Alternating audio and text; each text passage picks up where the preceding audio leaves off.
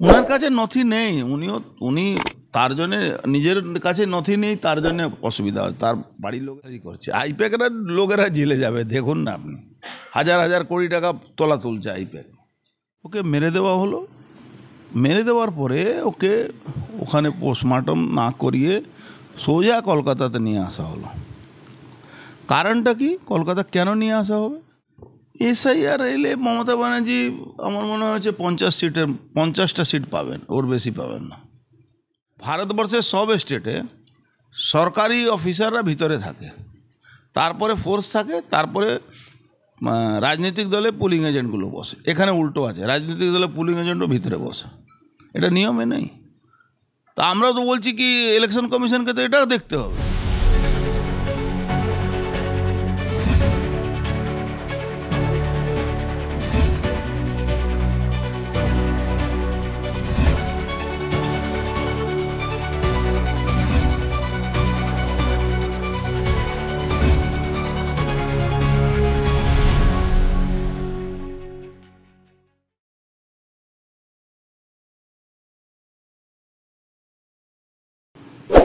মমতা ব্যানার্জি বা মমতা ব্যানার্জি সরকারে যারা বসে আছেন তারা অত দুর্নীতির সঙ্গে যুক্ত হয়ে গেছেন, মানুষের উপরে অত অত্যাচার হচ্ছে, পুরো সরকারি সিস্টেম ক্যালাপস করে গেছে। তার জন্য ওনার ছোট্ট ছোট্ট ম্যাটারটাকেও থেকে ভয় পাচ্ছেন। ধরুন হুগলিতে একটা ঘটনা ঘটলো, একজন আমাদের নার্স, আমাদের আপনার ঘরের মেয়ে, ওকে মেরে দেওয়া হলো। মেরে দেওয়ার পরে ওকে ওখানে পোস্টমর্টম না করিয়ে সোজা কলকাতাতে নিয়ে আসা হলো। কারণটা কি? কলকাতা কেন নিয়ে আসা হবে? কলকাতাতে নিয়ে এসে ম্যানুপুলেট করে পোস্টমর্টম রিপোর্টটাকে চেঞ্জ করানো। পোস্টমর্টম রিপোর্ট চেঞ্জ করা ওনার পুরনো পদ্ধতি আছে। কলকাতা পুলিশ কমিশনার যে বসে আছে সে পুরোপুরি ওনার দলদাস হয়ে কাজ করছে। এর আগে বিনীত গোয়েল ছিল, তারপরে Manoj Verma, same footing, same কাজ। যেরকম অভয়া বডিটাকে তাড়াতাড়ি ডিসপোজাল করে দেওয়া, তাদেরকে বাড়ির লোককে না জানিয়ে সব কিছু করা, এটা এই সরকার আর আলোচনা সমালোচনাকে বরদাস্ত করতে পারছে না, হজম করতে পারছে না। কারণ একটাই কি, এই সরকারটা পুরোপুরি ভুল পদ্ধতিতে এগোচ্ছে।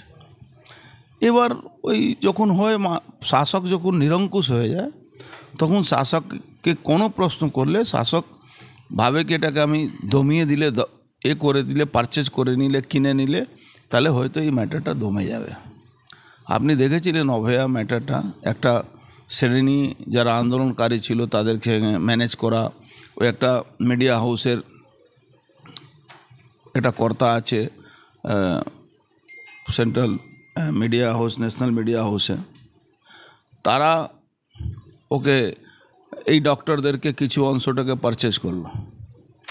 পারচেজ করে পুরো আন্দোলনটাকে অভয়া মৃত্যু বিচার থেকে বেশি কোথায় সিসিটিভি ক্যামেরা লাগবে, কোথায় কি সুবিধা পাবে, পুরো ম্যাটারটাকে ডাইভার্ট করে দিল। সেম ফুটে এখনও চলছে। মমতা ব্যানার্জি কিছু রেখেছেন এজেন্টগুলোকে, তারা এইসব কাজ করে বেড়ায়।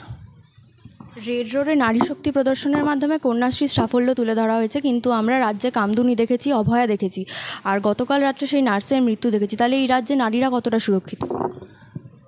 বাংলায় কেউ সুরক্ষিত নেই। নারী, শিশু,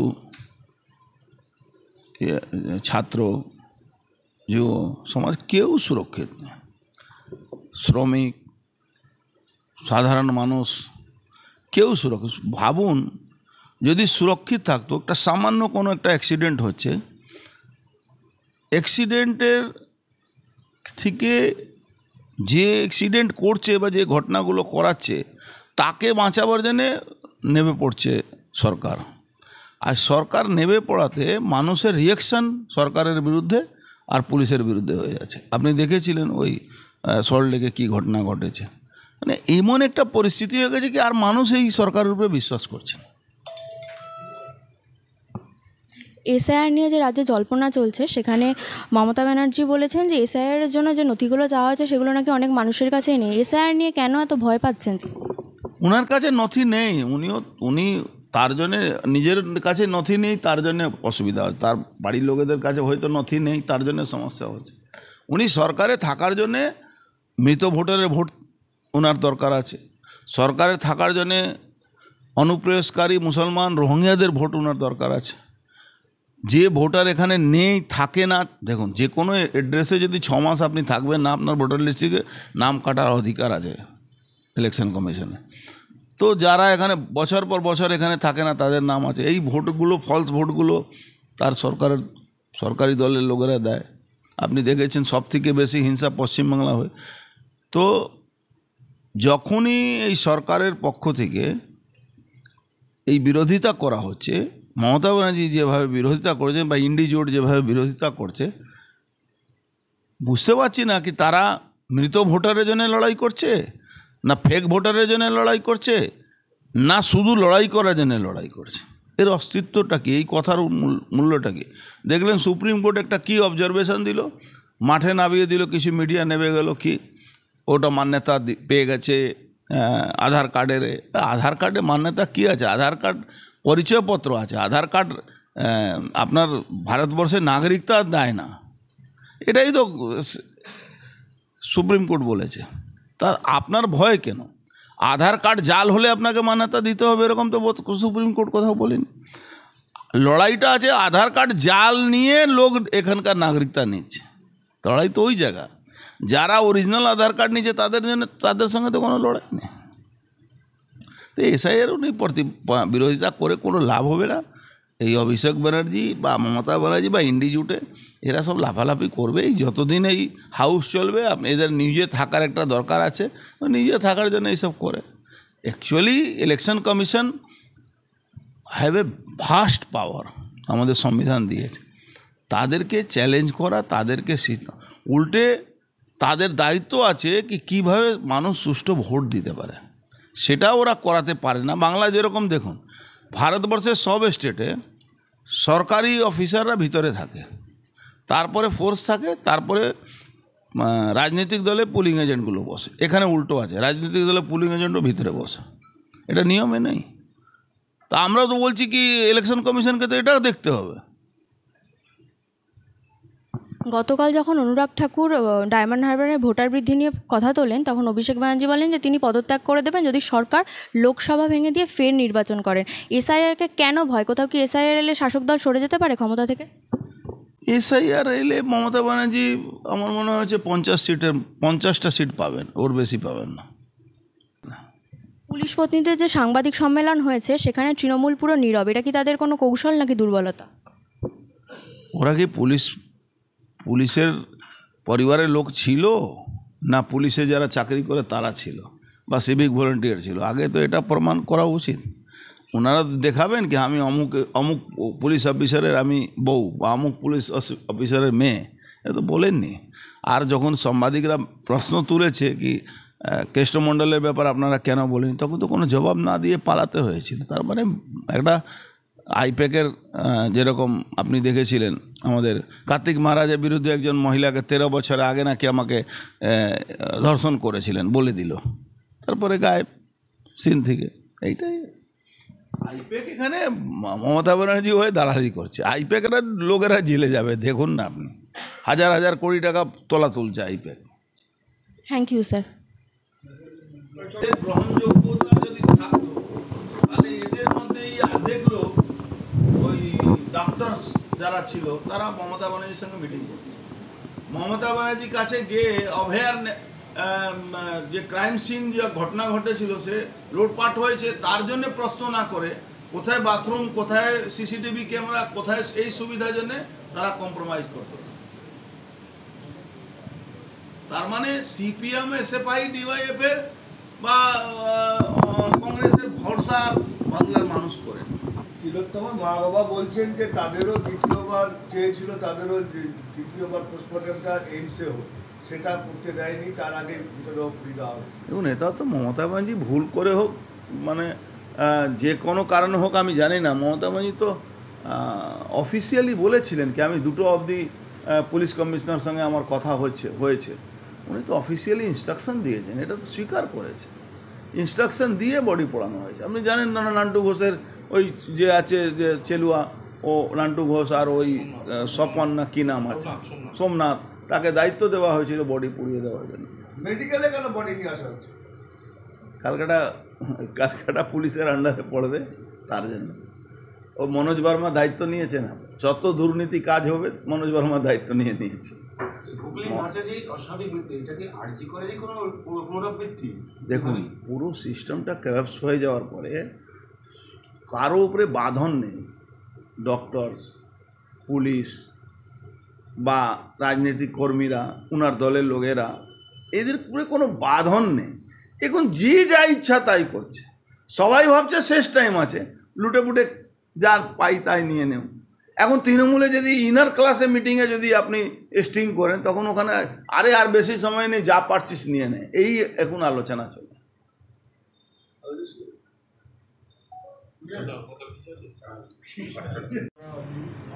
26,000 শিক্ষক যে এসএসসি, তারা আজকে চাকরি তাদেরকে হারাতে হয়েছে। সুপ্রিম কোর্ট অর্ডার দিয়েছে। কারণ একটাই ছিল, সুপ্রিম কোর্ট বারবার চেয়েছিল যে আপনি লিস্টটা দিন, কে যোগ্য অযোগ্য আছে। মমতা ব্যানার্জি অযোগ্যকে বাঁচাবার জন্য যোগ্যদেরও লিস্ট দেননি, তখন বাধ্য হয়ে সুপ্রিম কোর্টকে অর্ডার দিতে হয়েছিল। আন্দোলন চলছে, হতাশায় মানুষ চাকরি না থাকে, যেটা হতাশা, তার জন্য মৃত্যু হয়েছে। তার খুব দুঃখিত আমরা, এই মৃত্যু কোনোটাই আমরা করি না, কাম্য করি না। কিন্তু মমতা ব্যানার্জি, বললাম না, মমতা ব্যানার্জি ফাসিস্ট মমতা ব্যানার্জি হয়ে গেছে।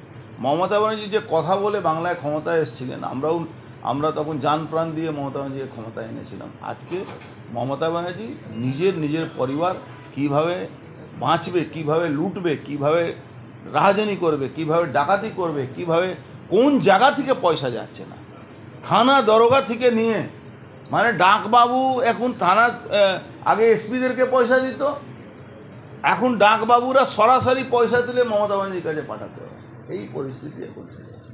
আন্দোলনকারীরা এখনো পর্যন্ত বিচার পেল না, মানে তাদের ন্যায় বিচার পেল না। দেখুন, বিচার পাওয়ার জন্য সব থেকে বড় যেটা আমি যেটা মনে করি, মমতা ব্যানার্জি বা মমতা ব্যানার্জি পরিবারের লোকেরা যারা এই সঙ্গে যুক্ত ছিল, প্রত্যেকটা লোকের বাড়িতে সামনে গিয়ে তাদেরকে ধারণা দেওয়া উচিত। আর এখানে হয়তো পুলিশ অনেক বাধা দিচ্ছে, এদের যারা নেতা বড় বড় কথা বলে, ওই কল্যাণ ব্যানার্জির মতন নেতারা, ওই অভিষেক ব্যানার্জির নেতারা, এরা যখন দিল্লিতে যাচ্ছে, তাদের ওখানে ওদের ধারণা দেওয়া উচিত।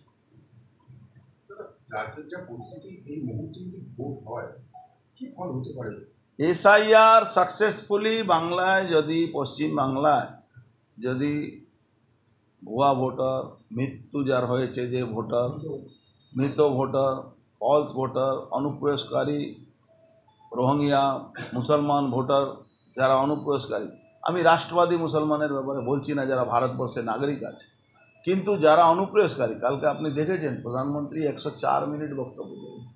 104 মিনিটের মধ্যে অনুপ্রবেশকারীর উপরে উনি বেশি জোর দিয়েছেন। বলেছেন কি, অনুপ্রবেশকারীদের জন্যে ভারতবর্ষের ছাত্র যুব যারা আছে, নিউ জেনারেশন, তাদের চাকরি বাকরির উপরে থাবা হচ্ছে। তো নিশ্চিতভাবে জানেন, প্রধানমন্ত্রী যখন বলেছেন, এটা হবেই। ইলেকশন কমিশনকে সুপ্রিম কোর্টও ক্লিয়ারেন্স দিয়ে দিয়েছে, এই জায়গা কোনো কম্প্রোমাইজ হবে না। বর্ডার সিল হবে, বর্ডার বন্ধ করা হবে, বর্ডারের থেকে কোনো অনুপ্রবেশকারী যাতে না আসতে হয়, তার জন্যে পশ্চিমবাংলায় সরকারকে 542 কিলোমিটার যে বর্ডারটাকে ফেন্সিং করতে দিচ্ছে না মমতা সরকার, তার জন্য দরকার আছে পশ্চিমবাংলার সনাতনী হিন্দু বাঙালি যারা আছেন, যারা এই দেশে নাগরিক আছেন, যারা এই দেশকে ভালোবাসেন, যাদের আজ থেকে 79 ইয়ার্স আমরা আজাদি হলো, আমাদের স্বাধীন হলাম আমরা, সেই সময় যে শ্যামাপ্রসাদ মুখার্জি যে বাঙালি হিন্দুদের জন্য একটা হোমল্যান্ড চেয়েছিলেন পশ্চিমবাংলা, তা সেই তখনই রক্ষা হবে যখন এই মমতা ব্যানার্জি সরকার এখান থেকে যাবে। সেটা আমি ভবিষ্যবক্তা নেই, যত যারা এরকম ধরনের ভোট আছে তাদেরকে বাদ দেওয়া হচ্ছে।